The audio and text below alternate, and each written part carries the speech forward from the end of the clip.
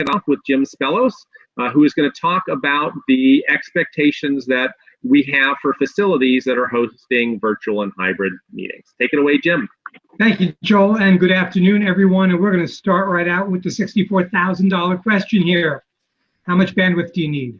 I got a simple answer for you. I don't know. Nobody knows.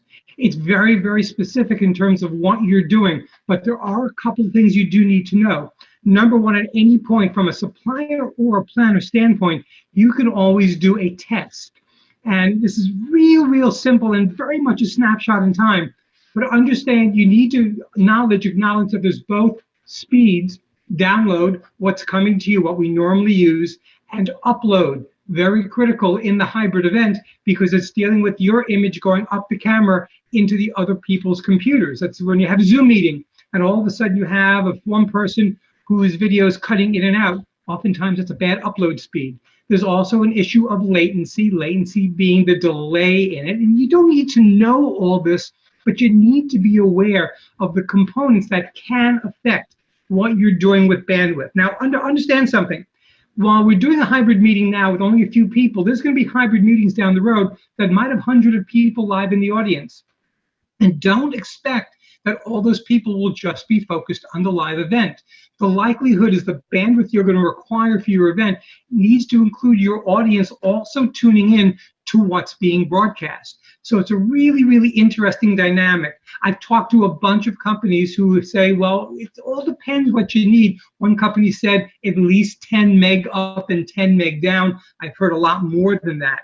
However, what you need to understand with bandwidth is simple. You got to make sure it's dedicated for what you are doing, that it's not being shared in a facility that has guest rooms or has staff there or has offices. You want to understand the bandwidth that you are looking at from a planner standpoint and the bandwidth that you're offering from a venue standpoint needs to be discussed in specific terms to what is going to be usable for the event. Nothing else matters right there. So number one on the expectations, we got to get the bandwidth. How are you going to understand what that is? Because I've cleverly evaded that question. We'll get to down the road. But right now, number two, and maybe the most understated question here, is a question of lighting. Think about all the bad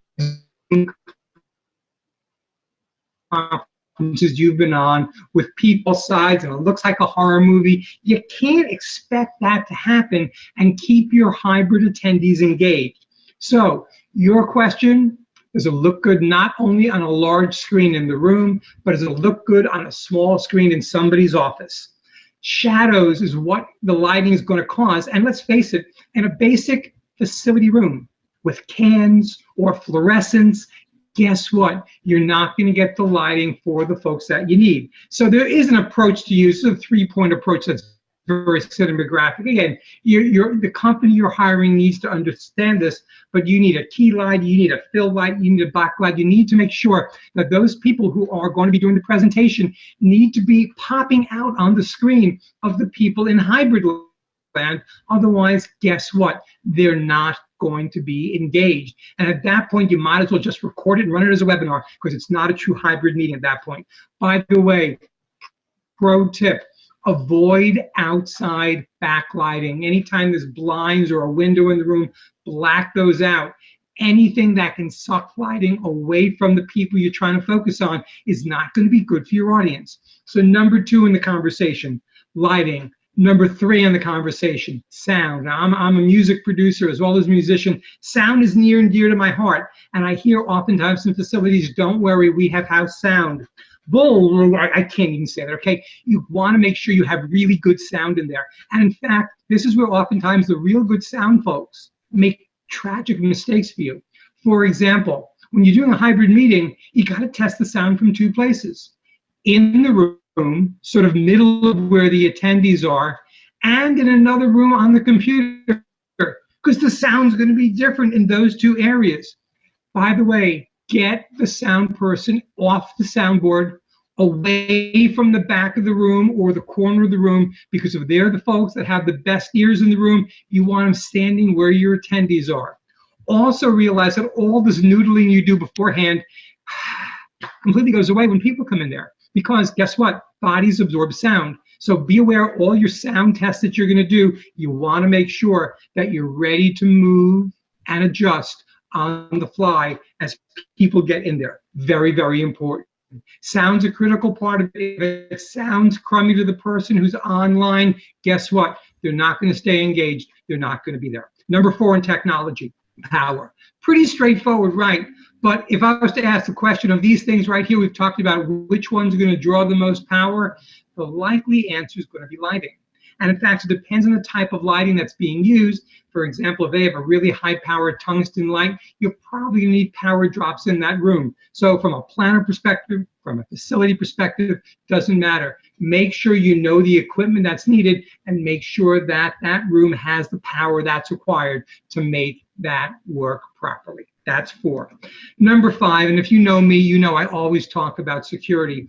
But regardless of where your bandwidth is coming from, and we'll get to that in a second, the security there, the encryption needs to be in line with what your organization's requirements are. You know, if you're a basic meeting like this, you know, the encryption is not as severe. If it was a medical conference with HIPAA regulations they need to focus on. But do understand that you don't want people Zoom bombing or hybrid bombing your meetings. You want to make sure that you have protected the content as well as possible. And by the way, whomever is providing the bandwidth, don't just accept them saying, oh, we have good encryption, or we have end-to-end encryption, or transport layer. We're trying to give you names there. Test it out. One thing as a attendee you need to know is you also need to be able to protect yourself while you're in the room. So you might have a VPN, a virtual private network on, and I do know some facilities that block individual VPNs, and they do this in the whole encapsulated reason of it's going to be easier to manage. That doesn't cut it for me at all. So number 5, internet security, critical. Number 6, freedom of choice.